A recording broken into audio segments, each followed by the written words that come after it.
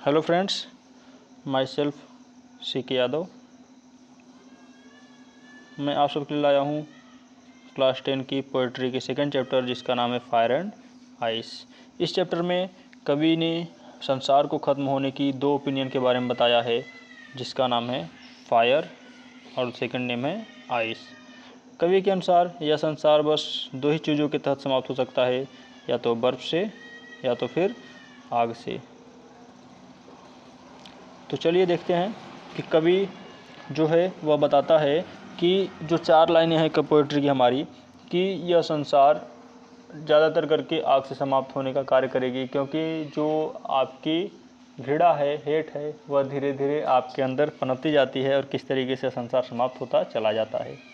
और कवि के मन में यह दो ही विडंबनाएँ आती हैं, यह दो ही विचार आते हैं कि या तो यह संसार जो है आपका, जो यह संसार है वह या तो फायर से समाप्त हो सकती है या तो आइस से समाप्त हो सकती है। मतलब फायर की तरह जल करके या तो ये राख हो जाएगी धरती, या तो आइस की तरह ठंडी होकर के पूरी तरीके से सभी लोग जम जाएंगे और इस तरीके से पृथ्वी का विनाश हो जाएगा। तो चलिए हम लोग शुरू करते हैं अपना पोइट्री क्लास 10 का सेकंड चैप्टर जिसका नाम है फायर एंड आइस। जैसा आप सब देख सकते हैं, सम से, सम मतलब कुछ, से मतलब कहते हैं, द वर्ल्ड या संसार, विल मतलब गागेगी या होगा होगी, एंड मतलब समाप्त, इन फ्यूचर, इन फायर मतलब आग में। सम से कुछ कहते हैं, द वर्ल्ड या संसार, विल एंड समाप्त होगी, इन फायर आग से। मतलब कवि का मानना है कि कुछ लोग कहते हैं कि यह संसार आग से समाप्त होगी।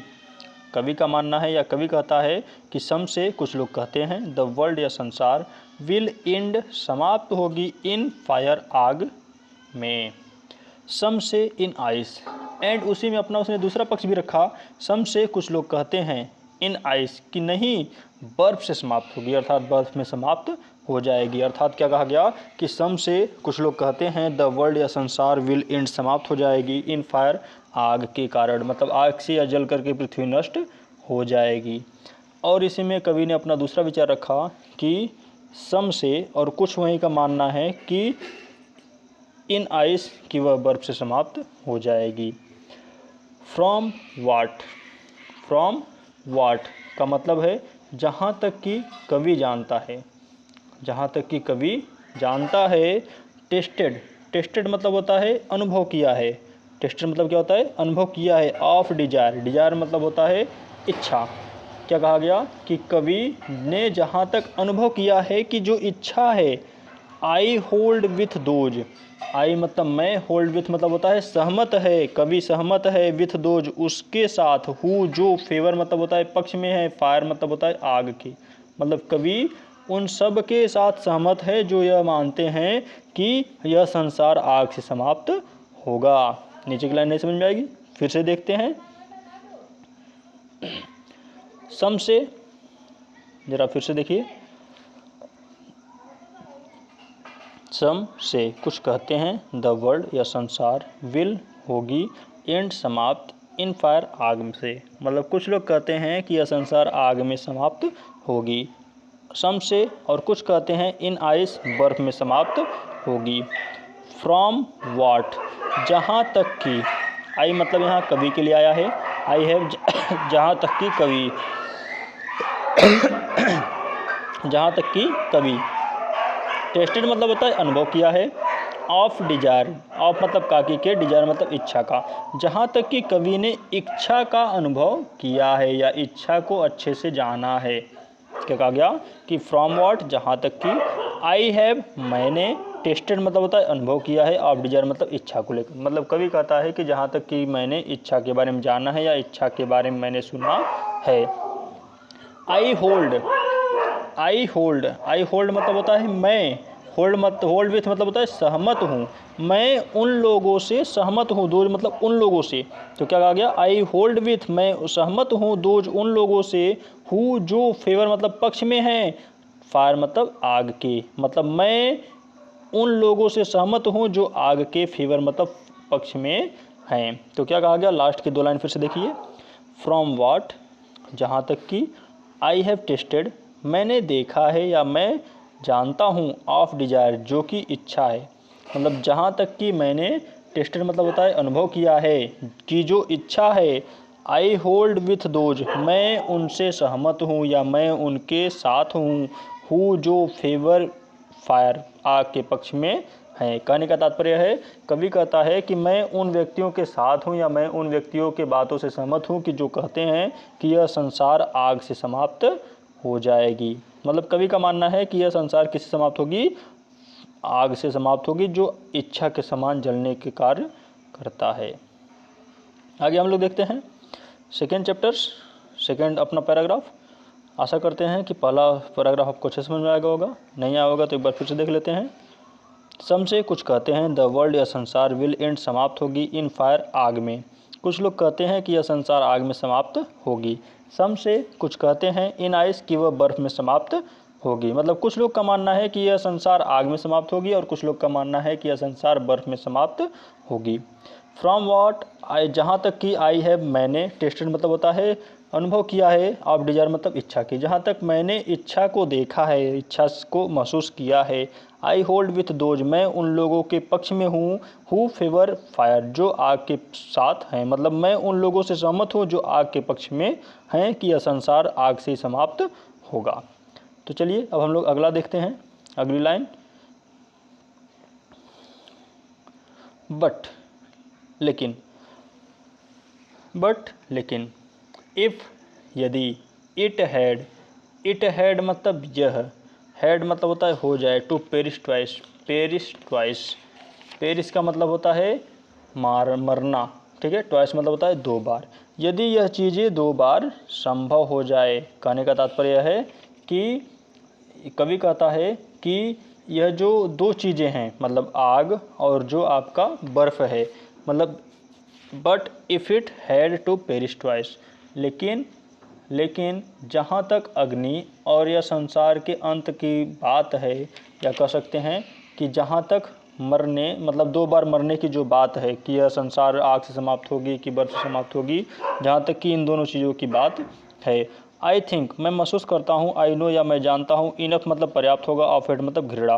तो क्या कहा गया कि बट लेकिन, if it had to perish twice, जहाँ तक कि दो बार मरने की बात है, दो बार मरने की बात है, तो मैं महसूस करता हूँ या मैं सोचता हूँ, आई नो या मैं जानता हूँ, आई थिंक मैं सोचता हूँ, आई नो या मैं जानता हूँ, इनफ पर्याप्त होगा, ऑफ इट घृणा ही।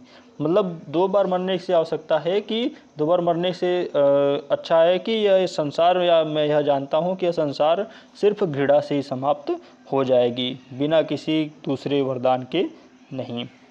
टू से इसलिए कहते हैं दैट कि फॉर डिस्ट्रैक्शंस, डिस्ट्रैक्शन मतलब होता है विनाश कर देगी, आइस मतलब बर्फ़ ही, मतलब इसलिए कहते हैं कि बर्फ़ ही क्या कर देगी, विनाश कर देगी। मतलब वह जो संसार है इतना हानिकारक हो जाएगा कि इसका बर्फ़ ही पूरी तरीके से नाश करती चली जाएगी। इज आल्सो ग्रेट, जो वास्तव में, इज आल्सो ग्रेट मतलब होता है विनाशकारी होगी, बहुत विनाशकारी होगी। एंड वुड सफिशियंस, एंड और वुड होगा, सफिशियंट मतलब होता है पर्याप्त मात्रा में, मतलब धरती को पूरी पर्याप्त मात्रा में विध्वंस करने का कारण क्या बनेगा, बर्फ ही बनेगा। तो क्या कहा गया, जरा फिर से इसे देख लेते हैं। कवि का कहना है कि but if it had to perish twice, कि यह जो दोहरा आपका बात है, या जो दोहरे मरने की जो बातें हैं, पेरिश मतलब होता है दोबारा मरना, ट्वाइस मतलब होता है दो बार, जो आपके दो बार मरने की बातें हैं, मतलब कोई कहता है कि हाँ फायर से समाप्त होगी, कोई कहता है कि आइस से समाप्त होगी, जो यह दोनों बातें हैं, आई थिंक, मैं उन दोनों बातों के बारे में सोचता हूँ, आई नो या मैं जानता हूँ, इनफ पर्याप्त होगा, और फिर सिर्फ घृणा ही, मतलब मैं यह जानता हूँ या मैं सोचता हूँ कि घृणा ही इन सब चीज़ों के लिए पर्याप्त होगी। टू से मतलब होता है कहते हैं, मतलब ऐसा कहा जाता है, दैट की फॉर डिस्ट्रैक्शंस आइस, की बर्फ़ ही इसके लिए विनाशकारी सिद्ध होगा, मतलब बर्फ़ ही पूरी तरीके से विनाश मचाएगी। इज आल्सो ग्रेट, जो काफ़ी विशाल होगा, एंड वुड सफिशियंस, और वह पर्याप्त मात्रा में सभी चीज़ों को नष्ट कर देगी। मतलब तृषा जो आपकी हेट होती है, घृणा होती है, वह इस संसार को नष्ट कर सकती है। देखो जाहिर सी बात है, ज़रा एक चीज़ समझो इसमें, तो आप सबको एक चीज़ जानने की बात है इसमें कि जो आपका आइस है, ठीक है, ये इंडिकेट करता है आइस आपके डिजायर को, इच्छा को, ठीक है। सॉरी, आइस संबंधित है आपके हेड से। किससे संबंधित है? हेड से। हेड जानते हो ना, घिड़ा। घिड़ा क्या होता है? हमेशा अंदर ही अंदर दबा रहता है और धीरे धीरे वह एक विनाशकारी सिद्ध हो जाता है, और अंत में जो जिस आदमी के प्रति जो हमारा हेड होता है, जब तक वो विध्वंस नहीं हो जाता, वह समाप्त नहीं हो जाता, तब तक हमारा घिड़ा बढ़ता ही जाता है। ठीक उसी तरीके से जो हमारा फायर है, इसकी तुलना हमारी की गई है डिजायर से।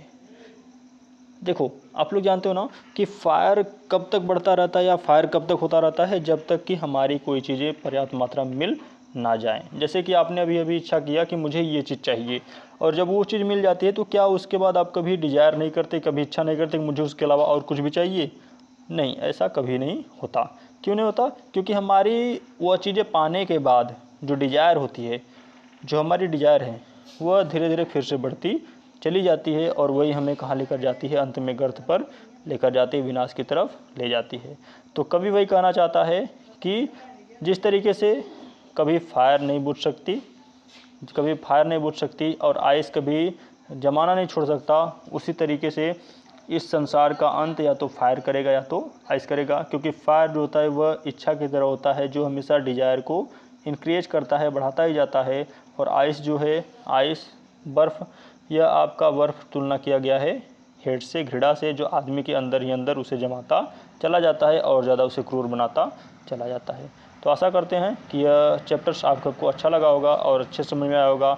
अगर ना समझ में आया हो तो फिर से एक बार इसको रिवीजन कर लीजिए, ताकि यह चैप्टर आपको अच्छे समझ में आए। तो यह भी चैप्टर आपका रिटन किया गया था, कंपोज किया गया था रॉबर्ट फ्रॉस्ट के द्वारा। जैसा कि मैंने आपको बताया कि इसका फर्स्ट चैप्टर का नाम था dust of snow, and second chapter का नाम है fire and ice. Thank you, आज के लिए इतना ही। बाकी क्लासेज हम कल देखेंगे। धन्यवाद।